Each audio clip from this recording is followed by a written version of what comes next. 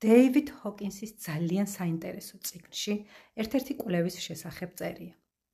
ფსიქოთერაპიის საუკეთესო შედეგი ის კი არ არის, თუ რა დიპლომი აქვს ამ ფსიქოთერაპევტს, ან რა ტექნიკებს იყენებს, არამედ ის კავშირი, ის ნდობის ფაქტორი და ასევე კლიენტის მხრიდან მზაობა და სურვილი, რომ რამე შეიცვალოს.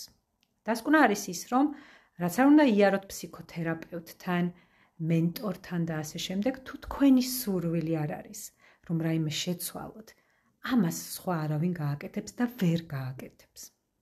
ამიტომაც არის მნიშვნელოვანი, რომ კითხვა რატომ ჩანაცვლებულ იქნას სიტყვით რა.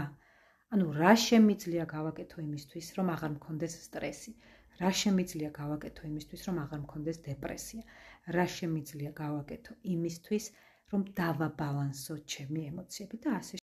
კოგნიტურ-ქცევითი თერაპია, იგივე CBT, რომელიც არის თანამედროვე ფსიქოლოგიის განხრა, არის მეტად ეფექტური, რადგან იგი ორიენტირებულია აწმყო-დროზე, თუ რა შემიძლია გავაკეთო დღეს, იმისთვის, რომ ვიყო ხვალ კარგად.